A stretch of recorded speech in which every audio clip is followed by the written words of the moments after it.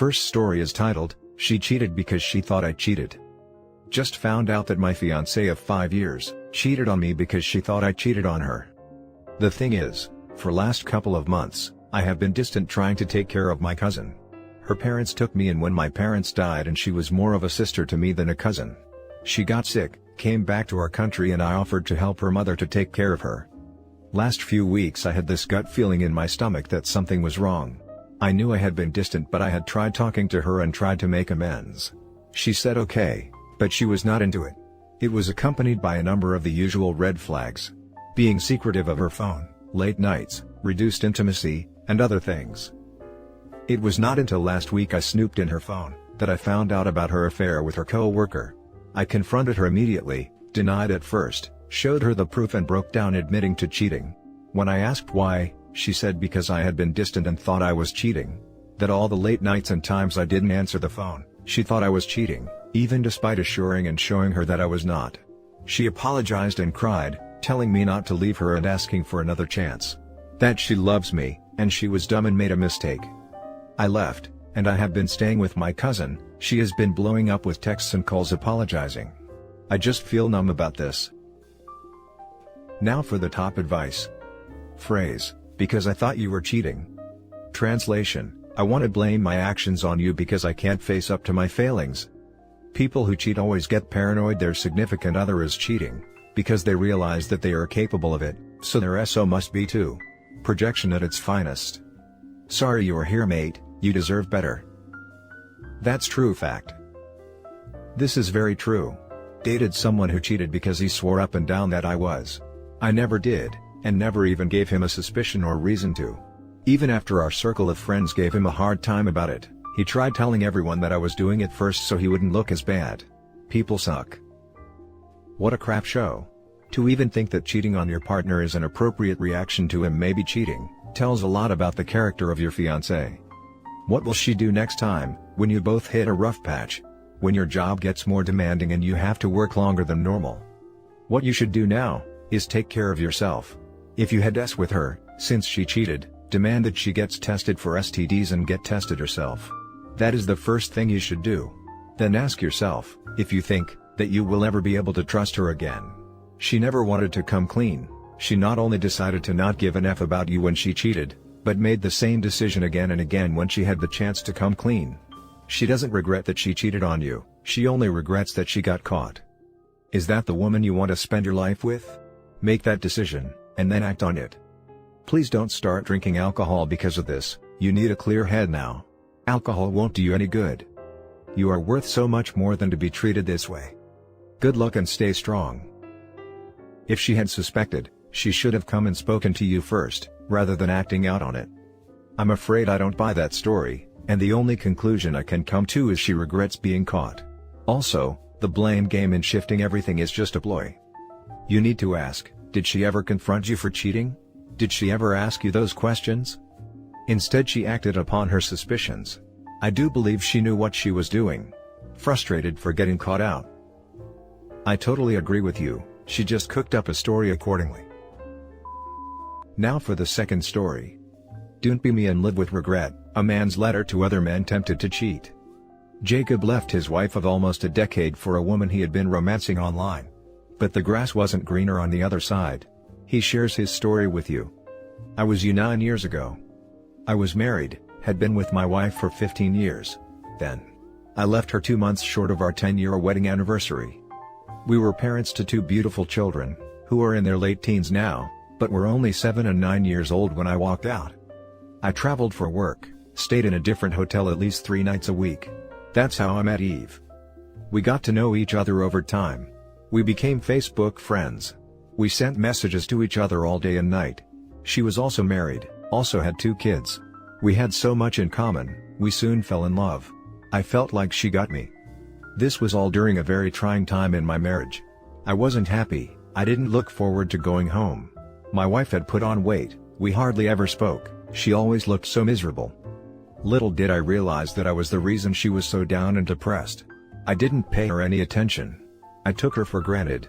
I was too busy wishing my life was more exciting, being romanced online, spending all of my free time thinking how I could get out. I believed she didn't love me. I convinced myself she never cared about me or my needs and wants and wishes, that all I was a paycheck. She spent her free time taking care of us, our kids, making our suppers, doing our washing, making lunches, doing homework, projects, shuttling kids to sport, taking care of the pets they loved so much, their friends, and had a job of her own on top of it all. Every time she spoke to me, all I heard was nagging and whining. But she was actually begging for my attention, a weekend away, a date night, a movie, everything I ended up doing with Eve behind her back and after I left my family. We argued and fought because we felt unheard by the other. And yet that was all we actually had to do, listen to each other. I moved to another province with Eve. My now ex-wife got custody of our kids. I saw them every second weekend, the usual dad setup. New beginnings. Life was sweet. Even I had an amazing life. A connection I believed I never had with my ex. We had a large circle of friends. My family loved her. My kids liked her. But my ex could never bring herself to meet Eve. She felt betrayed. I hated her even more. She was childish. She was mean. She never cared about me or my happiness. I didn't care about my ex's feelings when I posted photos of us on Facebook. I had even a whole new life and it was fantastic. We were together for about 6 or 7 years but never married. We believed marriage was not our thing. I believed that after 15 years with my ex, we'd given it all we could and our time together was up. There was nothing we could do to salvage our relationship or marriage. Eve was my future. Eve was who I should have been with all along. Eventually, no matter how well we got along in the beginning, no matter how well I thought she got me, no matter how good the was, the honeymoon came to an end. Eve and I started snapping at each other. Little fights here and there. I had a moment of pure realization one night, at about 2 a.m. I realized that I missed the woman who created my first home and family. I realized that if I'd treated my ex-wife the way I'd treated Eve, used the hours I spent wooing Eve on my ex, she'd have bloomed. If I'd stopped being negative about her and our relationship to my family and friends, they wouldn't have been so negative to her and she wouldn't have pulled into herself and shied away. She became someone I convinced myself I no longer knew or got along with because I never gave her the time and affection and attention she craved and deserved. I thought I had, but when I got down and really thought about it, I never really did. I never really let her in. I had ended my marriage years before with the simple decision that she was no longer who, or what I wanted. And I'd convinced my family and friends the same, that she was no good for me. Regret sets in. But I was wrong. I missed the best years of my kids' lives. Missed being a family with them. I let their mother battle with raising them alone. Yes, I helped financially, but a man living outside his family has no real idea what the costs are on the single mother. While even I ate steaks on the weekends, my ex-wife was living on egg and toast. And do you know that she never complained? She never demanded more money out of me. She never stopped me from seeing the kids. Never said no if I changed plans on her at the last minute. She gave up her weekends so that my mother could spend time with her grandchildren. She left me to get on with my life with Eve, even though it must have killed her. Like any relationship, it had started out good, great in fact, but when it go bad, I decided to leave. I walked out and divorced a woman who, and I can only see this now, would have done anything for me. But I told myself she wouldn't or couldn't. My ex-wife stayed single for 8 years. She dated but never got involved. Her being single was also a kind of affirmation for me, that no one wanted her, that everything I'd decided she lacked, so did other men. She actually stayed single to focus on our children. Too late. And then came the day she met Craig. I never thought it would bug me in any way if she got a boyfriend. I thought it would be great. But I was very wrong. I felt hurt. I felt jealous. I even felt angry and maybe betrayed. She moved in with Craig, along with my kids. She set up a new home. A new family, with my kids. It was a very bitter pill to swallow. I finally understood how she'd felt all these years. And it felt rotten. I watched via Facebook and through conversations with our old mutual friends how Craig spoiled her and the kids. Their weekends were spent on the beach, he surfed with my son. They went hiking in the Berg. They went to Mauritius where he proposed on a kayak, and she said yes. They got married. My daughter was a bridesmaid. My son was a groomsman. Craig's parents and brother welcomed my ex-wife and children into their family. They told everyone how blessed they were to be gaining them as family. She glowed with happiness. She radiated love and none of it was for me. My heart felt like it had been ripped out. It should have been me. Don't be me. You think you will never be happy when you are in a rut. It is when you are there at your darkest that you need to grip down and try your hardest. Today I live alone and still only see my kids occasionally. They are big now and harbor anger towards me for leaving them and their mother. Who can blame them? Of all the things Eve was, she was never the mother of my children, my original true love. Now for the top comments. I've become pretty jaded about this kind of article. How much of this is only because his new relationship didn't work out? If it had, would he be writing, "Following my heart was the best decision I ever made" instead? Because the damage he did to his wife and kids is the same no matter whether his own ending is happy or not, but he seems to think this is only a cautionary tale because he ended up miserable and alone. That's a really good point. It doesn't change how crappy a person he is in the end because he's still careless and dangerous. It's just nice, in a way, to know he's suffering just as a mild form of justice. And they say there is no such thing as happy endings. There is a similar article from a woman's perspective. The title is, "I left the love of my life because I thought I could do better. Now I'm childless and alone at 42. These perspectives, however, usually only apply in hindsight. What about regret not cheating? What if you found out that your spouse was not faithful for over a decade and you turned down a lot of experiences for nothing? I still wouldn't regret not cheating. One of the things I'm the most proud of, during my 8 months of torture following D-Day until final separation, is that I remained true to my own values and I didn't deface myself by lowering myself to my ex-wayward spouse's level." Precisely. My soon-to-be ex-husband and I have been separated for over a year, and he's been living with his affair partner for all of that time. I still haven't slept with anyone else, because I meant my wedding vows. Until my final papers show up, I won't. It's for me, not for him. It's about staying true to my word. Girl. I am with you. I rage screamed in my soon-to-be ex-wife's face that I wasn't dating anyone out of respect for my own values, not for her, because she doesn't deserve it. I get you. I love being at peace with myself, that's true harmony. Now for the last story.